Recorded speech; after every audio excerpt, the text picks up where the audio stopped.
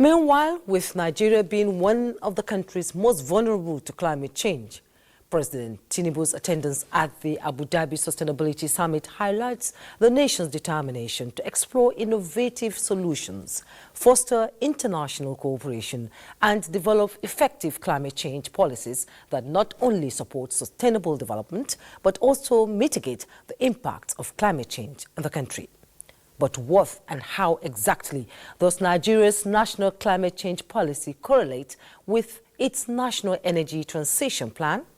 Well, let's bring in Charles Alpha for a quick brief on the issues. Charles, how exactly are these key development plans linked?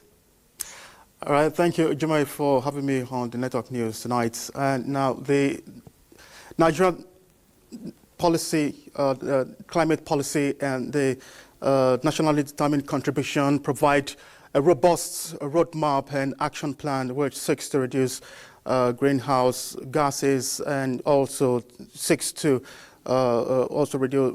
enhance environmental and climate resilient Nigeria. And so in 2012, the Nigeria's climate change policy was adopted to reduce greenhouse gas emission, focus on mitigation, adaptation, and governance. If you know climate change, the impact of climate change is growing day by day. You talk about the flooding, we talk about land degradation, droughts, and all of this. It is affecting the lives of people every now and then. And so what the policy provides is such that government, supported by the private organization, can collaborate to build the capacity of those who are affected, that is the victim, to be able to adapt to this impact of climate change. And we say, how does it relate to the Nigeria's energy transition plan? It aims to reduce the share of renewed energy in the energy mix, target 30% of electricity generation from renewable sources by 2030, and also focus on solar, wind, and hydroelectric power. And now this is what Nigeria is enriched with. And it is no surprise that the climate change policy is leveraging on all of these natural resources that Nigeria, have in the country. And so we begin to look at how is this linked with the Climate Action and Energy Transition Plan? The climate change policy provides the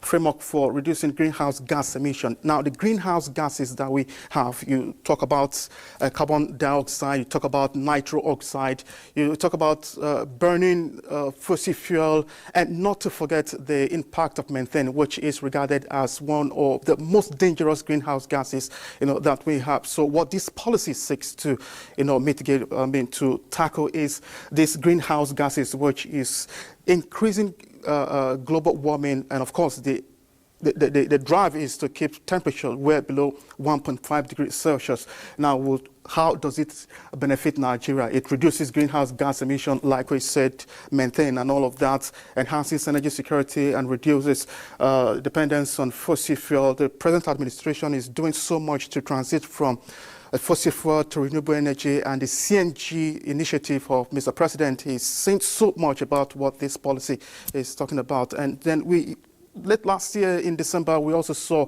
the House of Representatives, making a motion, passing a motion, or considering a motion rather, considering a bill to that will allow polluters pay more, that is to say, discouraging gas flaring. So, like you said, it enhances energy security and reduces dependence on fossil fuel, promotes sustainability development, job creation, and poverty reduction. When all of these is properly implemented, this are what you get. Now, how does this strengthen climate change policy and energy transmission? Nigeria's Nigeria's transition plan is a comprehensive strategy designed to reduce. It creates for that transition to net zero. And if you look at what this is all about, it's such that it strengthens climate change policy, and the Climate Change Act of 2021 provides that the National Climate Council and Climate Change Secretariat is is embodied with the power to mainstream this climate policy, this climate change programs, action program into the economy and the major MDAs to be able to get all this. Now, the implementation funding will be key in ensuring that this climate change policy is effectively, implemented and carried out in such a way that it mitigates the impact of climate change in Nigeria. Jumai.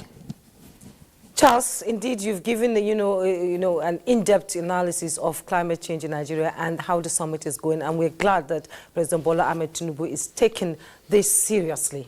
Thank you so much, Charles. Thank you, Jumai.